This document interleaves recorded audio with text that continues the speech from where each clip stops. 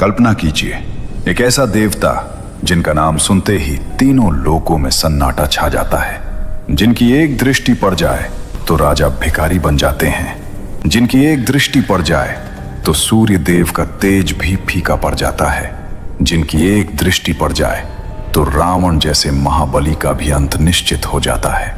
उनका रंग काला है, उनका वाहन कौवा है और उनके हाथ में है न्याय की तलवार। उनका नाम है शनि, कर्म के न्यायाधीश, शनि ग्रह के स्वामी, सारे साथी के देवता। अब कल्पना कीजिए, इसी देवता ने एक दिन अपनी मां की गहरी तपस्या के कारण काला रंग पाया और उन्हें उनके पिता ने अपना मानने से इनकार कर दिया। इसी देवता ने एक दिन रावण की कैद से निकलते ही उस पर दृष्टि डाली और उसी पल लंका के सम्राट के अंत की घड़ी शुरू हो गई। और इसी देवता ने एक दिन उज्जैन के महान राजा विक्रमादित्य को, जो हजारों सैनिकों के स्वामी थे, हाथ कटे हुए एक अनजान देश में अकेला और लाचार कर दिया। आज की इस यात्रा में आप जानेंगे शनि देव की वो कहानियां जो ग्रंथों में दबी रह गईं, वो सच्चाइयां जो आपकी अपनी जिंदगी से सीधी जुड़ती हैं। ये उस देवता की गाथा है जिन्होंने सबको न्याय दिया पर खुद को कभी माफ नहीं किया। तो बने रहिए हमारे साथ, क्योंकि आज हम जाएंगे उस कर्म की दुनिया में जहां हर पाप का हिसाब होता है और हर मेहनत का फल मिलता है।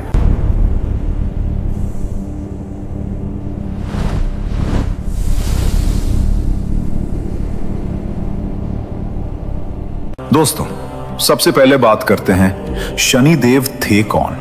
हमारे पुराणों में, खासकर स्कंद पुराण, ब्रह्मांड पुराण, विष्णु पुराण और ब्रह्म वैवर्त पुराण में शनि देव का विस्तार से वर्णन मिलता है।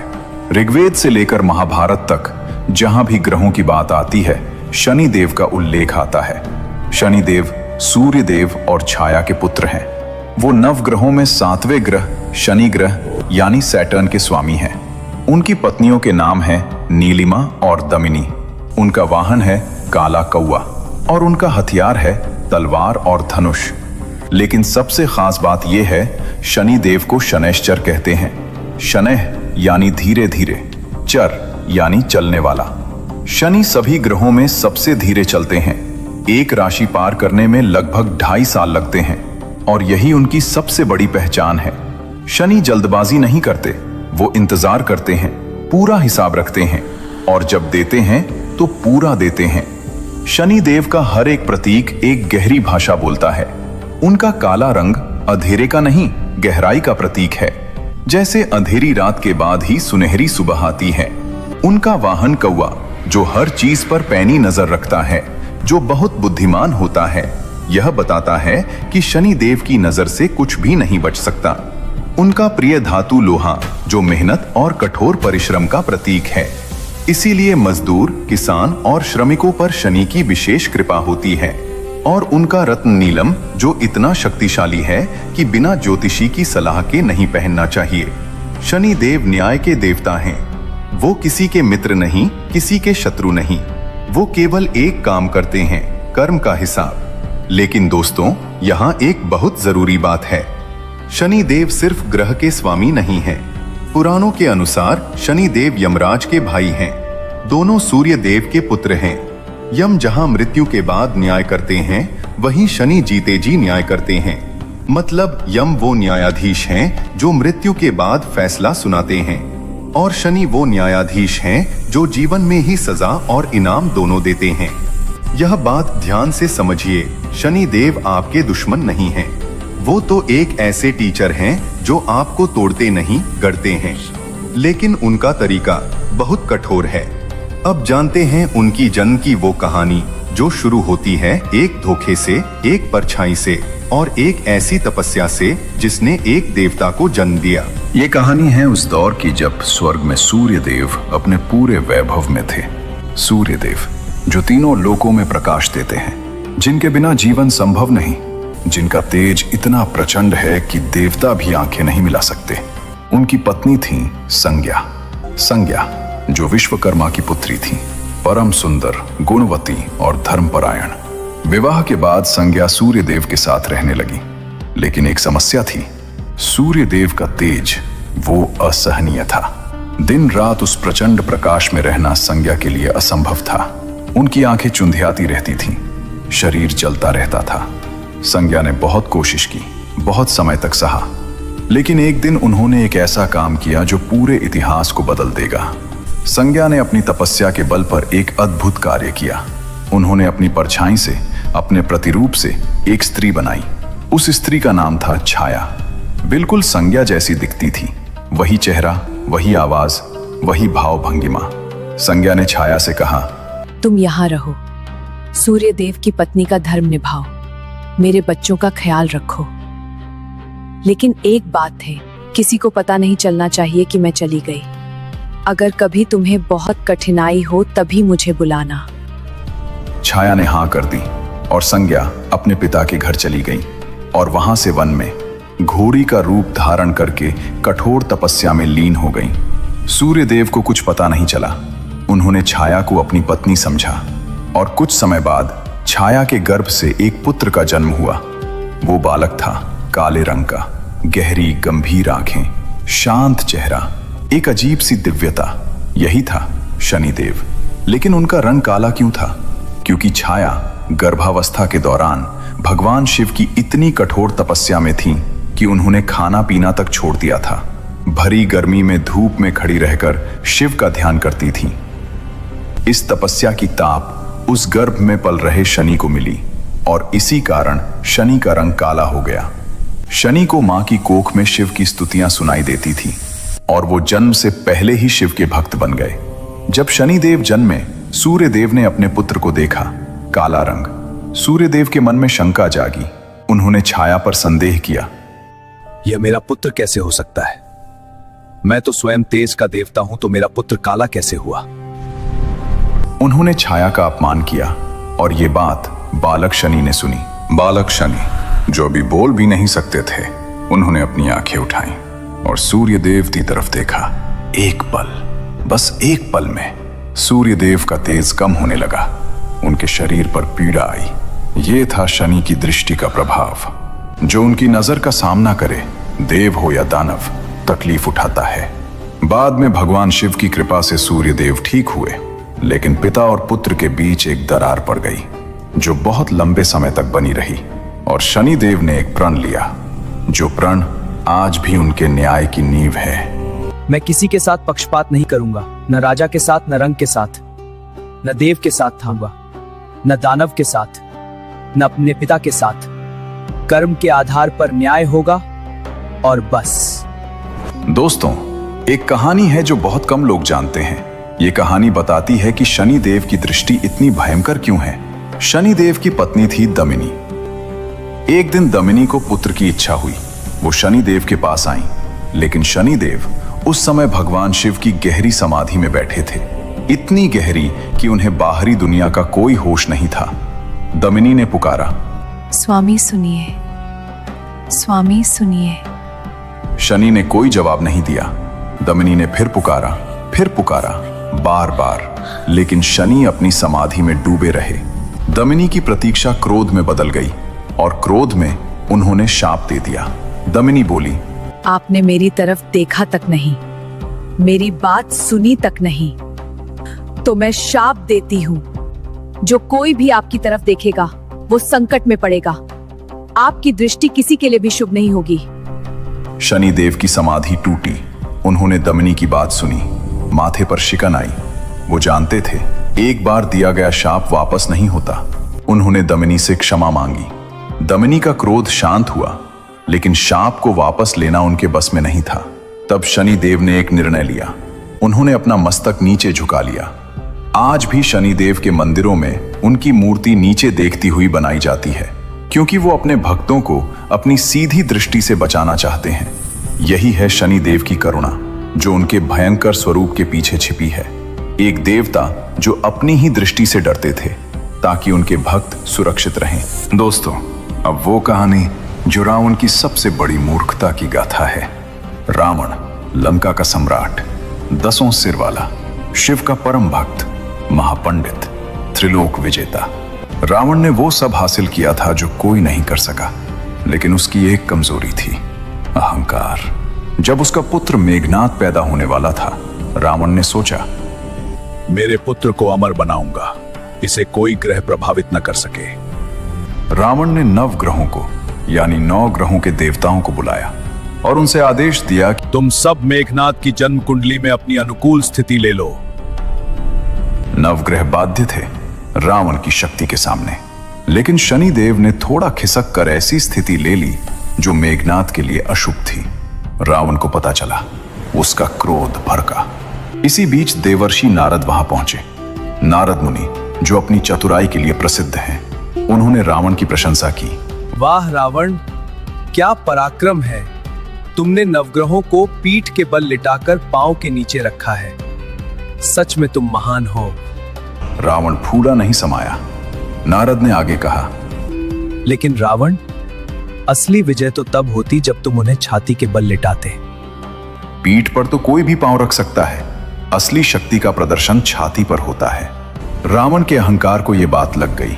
उसने 9 ग्रहों को पलटवाया पीठ से छाती पर, और उसी पल शनिदेव की दृष्टि सीधे रावण के चेहरे पर पड़ी। रावण समझ गया, शनि ने उसे देख लिया था। क्रोध में आकर उसने शनिदेव को एक छोटी अंधेरी कोठरी में बंद कर दिया, ऐसी कोठरी जहां रोशनी तक नहीं थी। शनिदेव जो तीनों लोकों में विचरण करते हैं, वो एक राक्षस की कैद में बंद थे। वर्षों बीते। फिर एक दिन लंका की गलियों में एक अजीब आगंतुक आया। वो आया था माता सीता की खोज में, हनुमान, महाबली महावीर हनुमान। जब हनुमान जी अशोक वाटिका में माता सीता से मिलकर वापस जाने लगे, तभी उन्हें एक आवाज सुनाई दी, एक करुण पुकार अंधेरी कोठरी से। हनुमान जी उस दिशा में गए और वहां उन्होंने देखा शनिदेव को कैद में। शनिदेव ने हनुमान से कहा, हे पवन पुत्र, मुझे इस कैद से मुक्त करो। रावण ने अन्याय किया है। हनुमान जी ने शनिदेव की बात सुनी। उन्होंने अपनी विशाल पूंछ से उस कोठरी को तोड़ दिया। शनिदेव मुक्त हुए, लेकिन अब एक अजीब स्थिति थी। शनिदेव धर्म से बंधे थे। उन्हें हनुमान जी पर साढ़े साती डालनी थी। वो बोले, हनुमान, मुझे क्षमा करना। धर्म के नियम के अनुसार मुझे तुम पर साढ़े साती डालनी होगी।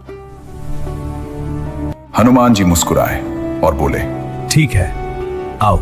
शनिदेव हनुमान जी के सिर पर बैठ गए और तब हनुमान जी ने भीषण युद्ध शुरू किया।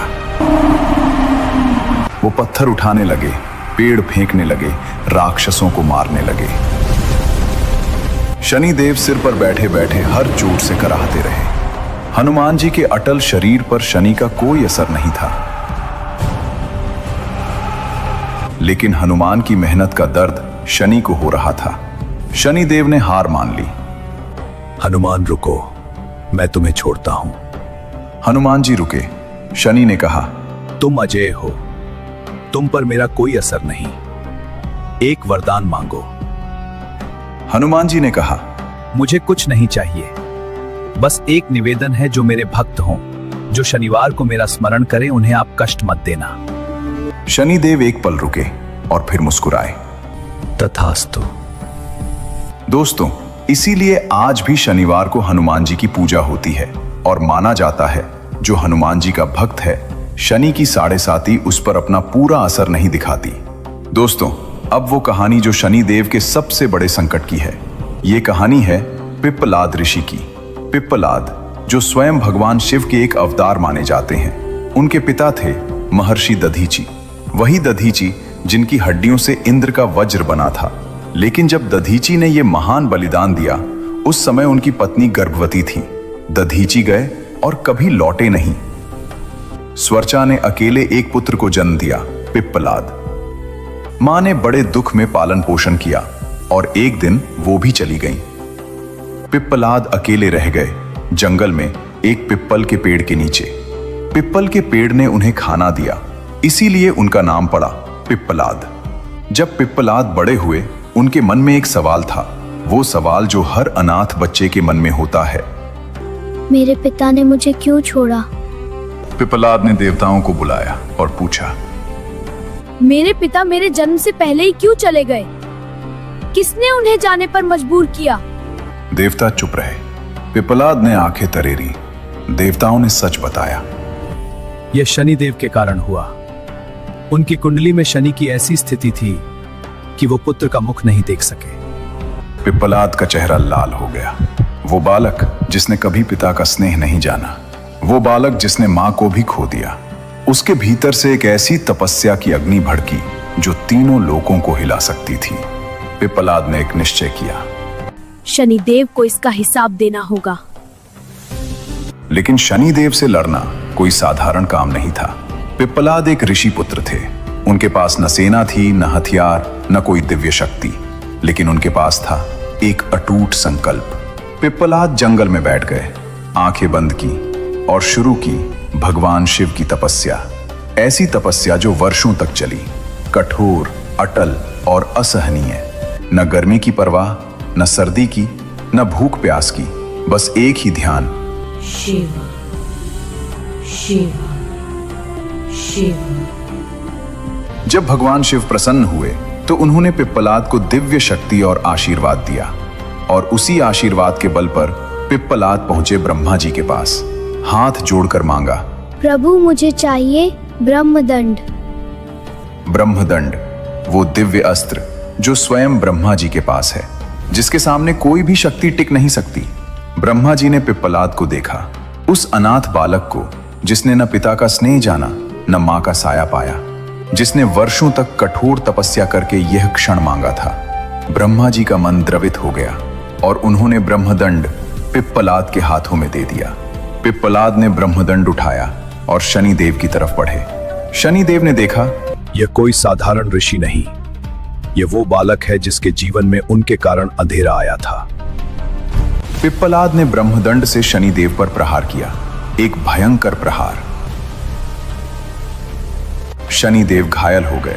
तीनों लोकों में कंपन हुआ, देवताओं में हाहाकार मच गया और शनिदेव घायल, पीड़ित जाकर छिप गए उसी पीपल के पेड़ के नीचे, उसी पेड़ के नीचे जिसने पिप्पलाद को पाला था। देवता दौड़े ब्रह्मा जी के पास, प्रभु शनिदेव घायल हैं। अगर वो नहीं रहे तो ग्रहों का संतुलन बिगड़ जाएगा, सृष्टि अव्यवस्थित हो जाएगी।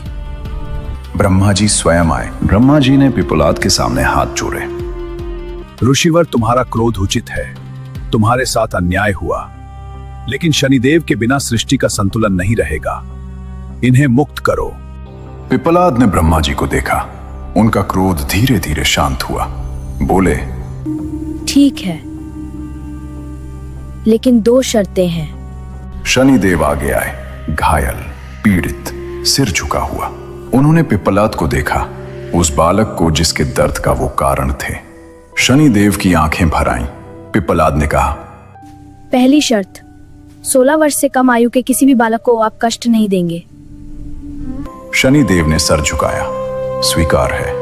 पिप्पलाद बोले, दूसरी शर्त, जो भी भक्त शनिवार को इस पीपल के वृक्ष की पूजा करेगा, जल चढ़ाएगा, दीपक जलाएगा, उसे आप कभी कष्ट नहीं देंगे। शनिदेव ने उस पीपल के पेड़ को देखा जिसकी छांव में वो अभी घायल बैठे थे, जिसने उस बालक को पाला था, जिसने उनसे लड़ाई की, और फिर बोले, तथास्तु। पिप्पलाद शांत हुए, शनिदेव मुक्त हुए, और पीपल का पेड़ जो अब तक एक अनाथ बालक का घर था, हमेशा के लिए शनिदेव की कृपा का प्रतीक बन गया। दोस्तों, इसीलिए आज भी शनिवार को पीपल के पेड़ पर जल चढ़ाया जाता है, तिल का तेल दिया जाता है, क्योंकि यह सिर्फ एक परंपरा नहीं, ये एक बालक के दर्द और एक देवता के वचन की कहानी है। तो दोस्तों, ये थी शनिदेव की वो अद्भुत गाथा। वो देवता जो एक परछाई की कोख से जन्मे और कर्म के सबसे बड़े न्यायाधीश बने।